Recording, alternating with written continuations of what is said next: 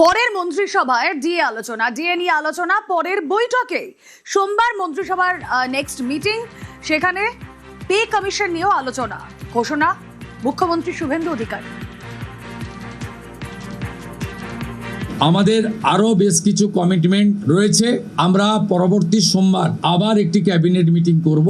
সেক্ষেত্রে আরজিকর সহ নারী নির্যাতনের বিষয়ে, প্রাতিষ্ঠানিক দুর্নীতির বিষয়ে, পে কমিশনের বিষয়ে, এরিয়া ডি এর বিষয়ে, এই যে বিষয়গুলি আছে আমরা পরবর্তী ক্যাবিনেটে সেগুলো করব। রাজনীতি মুক্ত বাংলার সরকার, স্পষ্ট দাবি শ্রমিক ভট্টাচার্যের।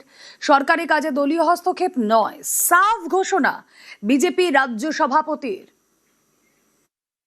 সরকার সরকারের মতো চলবে, পার্টির ম্যানিফেস্টো সেটা ইমপ্লিমেন্ট যাতে হয় তার জন্য সরকারের সঙ্গে যোগাযোগ রাখছে।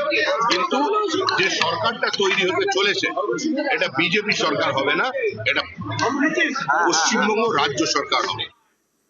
সরকারি চাকরিতে বাড়ল বয়সসীমা, প্রতিশ্রুতি মতোই নিয়োগে বয়সে ছাড়। প্রথম মন্ত্রিসভায় নিয়োগ নিয়ে সিদ্ধান্ত, সরকারি সিদ্ধান্তে চাকরি প্রার্থীরা খুশি। এখনকার মুখ্যমন্ত্রী আমাদের 5 বছর এজ রিল্যাক্সেশন দিয়েছেন, অর্থাৎ আমরা 5 বছর আরও সুযোগ পাচ্ছি পরীক্ষা, বিভিন্ন রকম সরকারি পরীক্ষায় বসার মতো আমরা জায়গা পেলাম।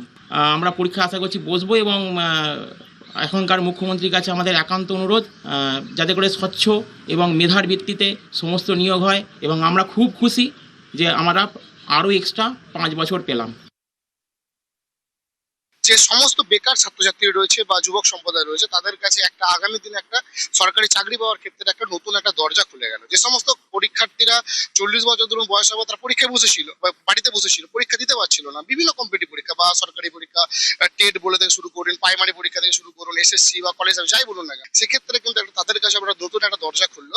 এক্ষেত্রে আমি প্রথমে আমাদের যে নবগঠিত সরকার হয়েছে শুভেন্দু অধিকারী মহাশয়কে এবং তার ক্যাবিনেটকে প্রথমে অসংখ্য ধন্যবাদ জানাই এই সিদ্ধান্ত নেওয়ার জন্য।